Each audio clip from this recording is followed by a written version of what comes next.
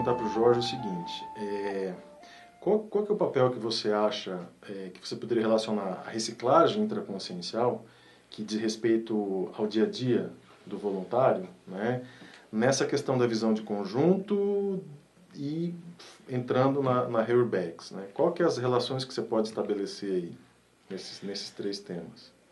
A questão da Heurbex, eu penso que primeiro passa por vou usar um termo até, pela Heurbex da própria pessoa, né? Então seria uma reciclagem, ela mudar o mundo dela. Então quando ela faz uma reciclagem, na verdade, ela está fazendo uma Heurbex no mundo dela, ela está reurbanizando, então ela está tirando tudo aquilo que para ela era do passado e nessa vida já não tem mais como usar aquilo, nem deve mais, não deveria mais estar usando aquilo.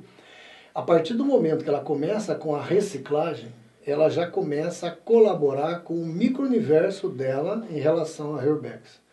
E essa reciclagem ela vai ampliando com o exemplo dela, mostrando para as outras pessoas no entorno, o grupo Karma, os amigos, o pessoal todo ali.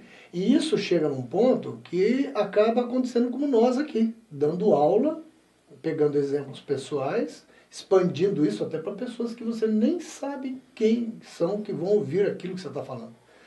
E isso vai, de alguma forma, o trabalho da formiguinha, tijolinho por tijolinho, isso que o Gustavo faz com relação aos temas dele sobre Minas agora, você vai mudar o mundo da noite para o dia? Não, mas você está fazendo a sua contribuição.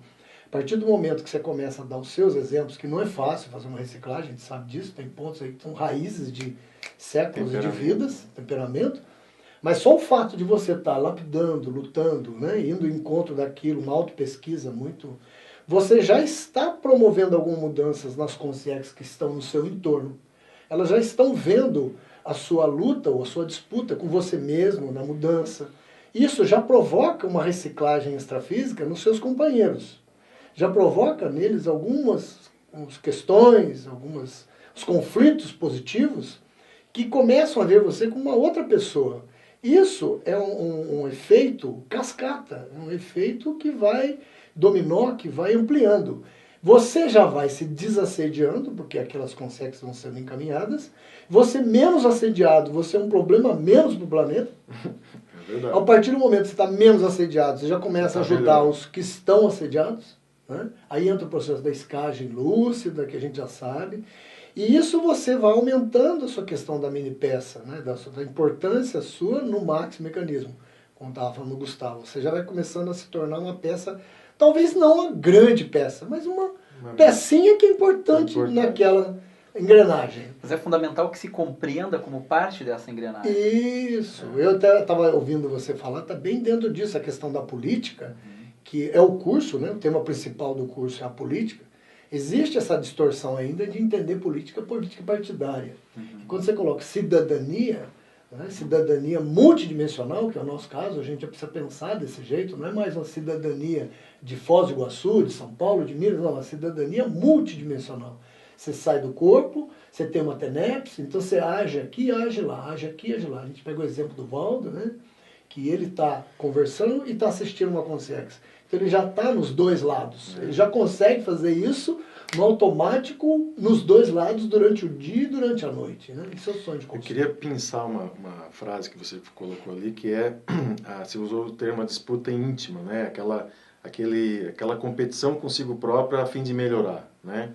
O Juscelino Kubitschek, o ex-presidente, nosso presidente do Brasil, ele tinha uma frase que ele dizia, no final da vida dele, que ele falou assim, a minha vida ela foi vivida constantemente com uma pressão, eu tinha uma pressão mental constante. Eu vivia sob pressão constante, 24 horas. Tanto que ele ia dormir às 3 da manhã, acordava às 7, ficava burilando, planejando as coisas e tal. Eu queria pegar esse contexto dele, que ele não trabalhou essas questões de parapsiquismo, não conseguiu mexer com isso nessa vida. Hoje ele está reciclando várias questões aí que a gente tem notícia, né, extrafisicamente. Mas a reciclagem intraconsciencial, ela causa esse desconforto. E muitas pessoas desistem por causa do desconforto. E esquecem que às vezes está vivendo múltiplas vidas numa vida só. Qual que é a relação disso com a Heurbex? É a questão que eu vejo maior do apego, né? A pessoa não querer largar aquelas posturas, né? A gente pega exemplo que o próprio Valdo cita, que a pessoa chega para ele e fala assim, olha, nessa vida eu não estou preparado para a evolução, vou deixar para a próxima, que eu ainda tenho umas questões aí que eu não quero largar. E aí ele continua naquele contexto dele, das vidas passadas, e fica cada vez mais difícil a reciclagem para esse tipo de pessoa. Você não acha que uma coisa que eu sempre pensei sobre isso é assim, que nós temos trafares que nós gostamos de se expressar apego, né? daquela maneira. A gente tem um jeito de funcionar que é um jeito errado e a gente gosta de se expressar daquilo, apesar de você não querer se expressar daquela maneira. Talvez por isso que as pessoas desistam. Porque você em outro momento se sentiu muito bem com aquilo, te deu vitórias, né? Te deu ganhos. Perfeito. E você ainda nessa vida tem ganhos. Então eu conheço pessoas aí que quando chega numa portaria, por exemplo, ela não quer que o cara peça o crachá dele. Não, você tem que abrir para mim, eu sou fulano de tal. Nessa vida ele não é ninguém, ele é uma pessoa comum. Mas inconscientemente ele se sente como um rei, ele se sente como uma autoridade no passado, que ele não entende que aquilo é segurança, que aquela pessoa que está trabalhando ali, ela não conhece, e ele tem um sistema a trabalhar. Então ele fala assim, não, mas por que você está me pedindo um crachá? Por que você está me pedindo um documento se eu estou dando um cartão de crédito para você? Não, eu preciso para... Então a pessoa ainda tem aquela arrogância, aquela soberba que vem de um passado, muitas vezes como político, né, com um cargo de poder, e ela não quer abrir mão porque aquilo dá para ele uma sensação ainda de poder. Ele sente ainda bem com aquele poder. Aquilo para ele ainda traz uma segurança, traz outras sensações. Ao passo que ele perde a lucidez do momento dele poder colaborar com aquele sistema, colaborar com aquela pessoa. Isso atrapalha todo o processo da Herbex, porque ele ainda não deu aquele passo. E muitas vezes ele já sabe desse trafar. Ele já conhece esse trafar. Nós pegamos o caso da política brasileira, as coisas que estão acontecendo aí, né? Está falando de um curso de política. A gente pega tudo isso que está acontecendo, a soberba da presidente, a soberba do pessoal que está aí, que não admite os erros, que não admite as mudanças. Maqueia tudo. Maqueia tudo. Então, um outro aspecto, eu acho que além do trafar, tem a ver com apego a determinados grupos, né? A amigos de outras... Intra e extrafísicos. E aí que evocam a manifestação de aspectos da síndrome da ectopia afetiva, né? De uma ectopia afetiva. Então, um grupo que, de algum modo, endeusava determinados amores errados, né? Só que existe um apelo afetivo também, daquele grupo e tudo. Então, às vezes, a dificuldade de eliminar o trafar é a dificuldade também de abrir mão de certas companhias. Né? Isso é porque está ligado uma coisa com a outra, né? O seu comportamento com aquele grupo afim. Os afins se atraem. Interessante. Agora, em relação a essa questão do estadismo, Gustavo, eu queria que você comentasse um pouco mais sobre o que você vê no seu dia a dia em relação a essa questão que o Jorge comentou de apego ao poder. Né? A gente não vive nesse meio internacional, né? E a gente sabe que as consciências estão lá também, trabalhando e com trafares e trafores e tal. Como que você vê nesse métier, nesse meio, né, entre estadistas que estão lá representando países e tal, os vieses da parapolítica, os erros de abordagem parapolíticos que você já viu, né, nessas suas incursões internacionais, assim? O que mais te chamou a atenção? Tem uma lista para identificar aí, mas antes só gostaria de colocar que, primeiro sobre o estadismo, né? Alguns estudos colocam que nos últimos 500 anos houve uma redução importante da violência. Em função do aumento da expectativa de vida, uma série de indicadores mostra isso. Isso tem a ver com a formação do Estado moderno. Só um parênteses. Saiu um estudo agora, tem mais ou menos umas 2 semanas, mostrando que a expectativa de vida mundial cresceu 6 anos. Isso. O mundo inteiro subiu 6 anos a expectativa de vida. Isso. Então, assim, nos últimos 500 anos houve uma redução importantíssima. Né? Imagina o impacto que isso tem do ponto de vista proexológico, se nós olharmos se a expectativa de vida média chegava a 40 anos e agora é 70. Tem país que já é 80. Né? Então, isso tem muito a ver com a formação do Estado moderno, né? Que vem dos últimos 500 anos. Tem um modelo que vai se proliferando, uma unidade administrativa e tudo mais. Agora, na medida em que esses estados começam a dialogar, compartilhar experiências, e aí vem a política internacional, e aí vem ciclos de acertos e muitos erros, as guerras estão aí, as grandes guerras estão aí como os grandes erros, né? Isso começa a facilitar a troca de experiências. Então os países começam a encurtar a sua história, porque os erros, 40 países já cometeram aquele erro. Eles podem encurtar o caminho das políticas públicas e não precisam mais seguir os mesmos erros. Por exemplo, a ortodoxia dentro da economia é algo quase que no mundo inteiro tido como correto, uma postura... A economia, ela evoca uma outra dimensão, né? Super relevante, a economia política, né? Que aí é uma enorme concentração que vem da riqueza. Mas do ponto de vista dos principais erros, o que eu percebo e o que mais trava o avanço das sociedades é a dificuldade de reconhecer os erros. Isso é uma coisa... A dificuldade dos estados reconhecerem seus Eles próprios não pedem desculpas. Erros. E as coisas, muitas vezes, estão extremamente evidentes. Quem mais sofreu foi a sociedade do próprio Estado, mas o Estado não reconhece o seu erro. Aí, o que acontece? Entra num ciclo de mais erro. Né? Porque o reconhecimento do erro é a condição de possibilidade para a superação daquilo. Né? E quando se reconhece um erro, vem junto, muitas vezes, políticas de memória sobre aquele erro para que as próximas gerações não cometam mais os próprios erros. Só para dar um exemplo do que você está falando. Por exemplo, o caso do Edward Snowden. Todo o ataque que foi feito de internet dos Estados Unidos em vários países do mundo. O Kerry, o embaixador americano, não pediu desculpas a nenhum país. Isso você acha que pode ser um exemplo? Esse é um exemplo. Os Estados Unidos, de algum modo, assim, eles têm aspectos super negativos, mas têm aspectos também muito positivos, né? Em termos de construção de cidadania, mas a média dos países é bem pior que isso. Entendeu? Então, por exemplo, a gente pega, às vezes, pequenos países que estão num processo de um ciclo em que o pior terrorismo é o terrorismo de Estado.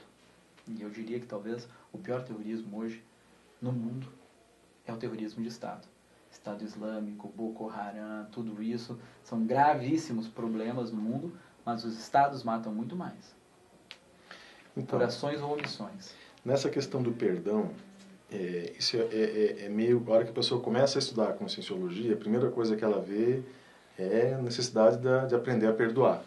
Né? Que o perdão, ele liberta, ele reconcilia, ele acalma, enfim, ele é um bálsamo e depende muito da inteligência afetiva da pessoa, né? Claro. Tem uma frase que fala assim, né? O amor nasce do autoesclarecimento, né? A pessoa se esclarecer para chegar nesse ponto. Aí você vê, os países não pedem desculpas entre si. O cara que tem trafares de poder, de arrogância, normalmente é orgulhoso, teimoso, não pede desculpas. Não é isso? Então, assim, para a gente encaminhar aqui para os finalmente, quais as propostas de Heuerbeck, de estadismo, universalismo, nessas questões que envolvem o poder, né, o orgulho, a dificuldade de pedir perdão, ou de reciclar uma postura em prol do perdão, pelas abordagens de vocês? Jorge, o que você... Eu estava pensando até ontem a respeito disso. Eu encaro um cargo político, por exemplo. Precisamos citar um exemplo. Então, vamos citar um exemplo da Dilma, né? Tem o Lula, outros e tais. Mas vamos pegar o exemplo dela. Eu vejo uma função de um cargo político, seja presidente, governador, prefeito, seja o que for. Na verdade, para mim, ele é um gerente. Ele está se candidatando a ser um gerente do país. Que é o caso, por exemplo, de um condomínio, né, onde você tem um síndico, que ele ali é o cara que vai gerenciar as coisas. Só que a visão da maior parte dos políticos, eu não vou dizer 100%, porque aí está sendo injusto, mas a maior parte deles, eles estão querendo o quê? O poder, como você acabou de falar. Se você for pensar a Dilma como uma gerente das ações, priorizações, o que é o melhor para determinada massa, parte do país, a visão é outra, é totalmente outra. Muda isso que ele está falando, muda tudo isso, porque você já não está mais pensando em você e não está pensando nas suas prioridades. Aí usa-se muito o termo hoje gestão. Né? Gestão, gestão, gestão, gestão. Qual é a gestão de um presidente? Qual é a proposta dele quando ele assume um país, pegando o modelo do Brasil? Né? Você vê aí a saúde, o camarada sendo atendido no corredor, e aí você vê lá o cara do Congresso fazendo uma casa, reformando, o governador lá de Brasília fazendo o escritório dele com quarto, com banheira. O governador Simval lá que ganhou 150 mil reais de salário. Não, e esse que foi tirado do PT, 150 mil reais de salário. Não, o de Brasília, ele pegou 1 milhão e pouco. E você viu, né? Ele ampliou o escritório dele, fez um quarto, suíte para ele e tal. E o cara foi... Quer dizer, você deixa um camarada com uma doença, com câncer, sei lá, você é médico, com uma situação de emergência no chão, não está nem na maca, ele está no chão, e você vai lá e faz. Então, cadê o gerenciamento disso? Cadê a visão gerencial? Cadê a gestão disso? Eu vi hoje na Band, né, o comentário lá do rapaz fazendo uma piada no negócio, desse economista que entrou, que não é uma mudança que ele está fazendo, o Levi. É um saco de maldades. Então é só imposto. A mudança dele não é uma mudança, é uma lista de impostos. Essa questão que ele está falando do ajuste, não é ajuste fiscal. Porque se fosse ajuste fiscal, eles estavam comentando, teria que mexer no cafezinho do Congresso, teria que mexer na quantidade de viaturas. Não, eles vão mexer no camarada que já não tem o que mexer.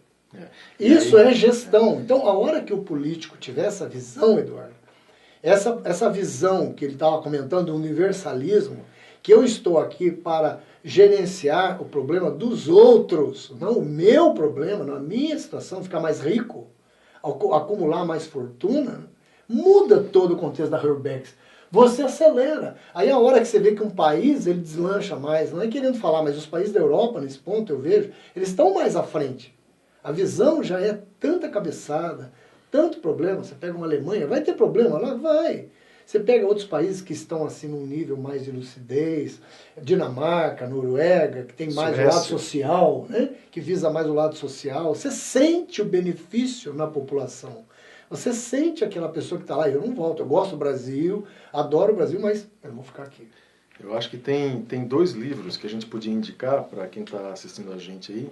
O primeiro é o Capital do século XXI, do francês, o economista Piketty. E saiu no Thomas Piketty, saiu no Globo de ontem que 80 pessoas no mundo detêm mais de 50% das riquezas. Há 6, 7 anos atrás eram 388 pessoas. Agora são 80, que detêm 50% da riqueza do mundo. Né? E o outro livro que vale a pena ler para ter uma noção disso é o livro da Cláudia Wallin sobre a Suécia, que é um país sem mordomias... Privilégios? Sem mordomias e privilégios. Agora me fugiu uma palavra, mas é da Cláudia Wallin, que conta coisas absurdas, quer dizer, absurdas para nós, né? Absurdas no bom sentido. Por exemplo, o presidente do STF ir trabalhar lá na Suécia de bicicleta, vereador não tem salário, enfim, várias outras variáveis. Deputados lavarem a própria roupa, passarem a própria camisa, eles fazem isso inclusive em programas de auditório. Aqui o presidente do Senado foi de helicóptero para fazer um passeio, uma consulta, não sei onde. Então o camarada lá vai de bicicleta, o outro vai de helicóptero. O livro é um desassombro, né? Mas, Gustavo, e na tua temática em relação a essas questões que envolvem aí a reciclagem, o processo mais profundo aí de mudança íntima, o que você poderia finalizar aí? Então, tudo isso que o Washington estava colocando tem a ver muito sobre o modo com que a pessoa usufrui e vivencia dos bens privados, mas dos bens comuns também. Né? Você usa aquilo que é disponível para você, os recursos variados, como se fosse uma coisa de ninguém ou como se fosse uma coisa de todos. O meio ambiente, por exemplo. Né?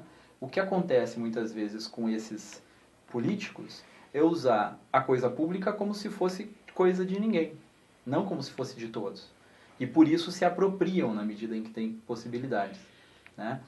é essa má compreensão da política, e eu diria assim, da política latino-americana, onde há um analfabetismo político e tudo mais que acontece. Do macro, aí a gente desce para o cidadão comum, muitas vezes quando tem a possibilidade também tira o seu, entende? Então, das pequenas ilicitudes. Então, há as vantagens e a busca por manutenção de privilégios e tudo mais. Então, há uma legitimação disso. Né? É preciso compreender que mal ou bem, há um nível de compreensão sobre o processo político que é diferente. Né? E que precisa ser reciclado. E eu não reciclo a partir do outro. A reciclagem Qual é íntima, a sua política? Qual é o seu exercício político? Né? Do ponto de vista, seja no seu condomínio, né? Eu só estou pensando no quanto eu vou pagar, né? no quanto aquilo impacta em mim, ou eu já estou numa perspectiva um pouco mais ampla de pensar no bem-estar coletivo e perceber se as minhas pequenas ações de estacionar o carro errado têm um impacto na vida coletiva. E se todos fizerem aquilo, vai se tornar inviável. E muitas vezes ele observa o condomínio, mas ele não observa a cidade. Então o é condomínio isso, é o contato justamente direto isso. dele. Então ele fala assim, na cidade, o IPTU, o que ele está fazendo, o que ele não está fazendo, se o prefeito faz, é honesto, não é? Está muito distante de mim. Que dirá então o governador e o presidente? Mas não é por aí, porque se você não leva esse esclarecimento, essa lucidez para os outros, as coisas não mudam. Não precisa pegar bandeira, sair na rua, não precisa fazer esse tipo de coisa. Basta você, quando tiver uma oportunidade, eu acho que o exemplarismo é a grande política. Eu acho que o exemplarismo, o exercício, e determinados aspectos, assim, eu acho que é fundamental identificar os temas que nos tocam na política e que tem a ver com a identificação das diretrizes da própria Proexis, né, em que o sujeito aí tem que se manifestar, efetivamente. Né? Aí realmente é dar a voz.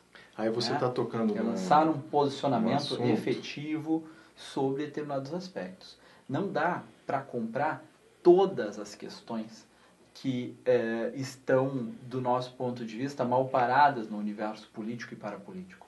Mas sobre determinados aspectos eu acho importante. Você tocou num ponto que é um tema do curso, de aula, que é a aula do professor Laínio Loche. Ele vai falar sobre position paper autodesestigmatizante.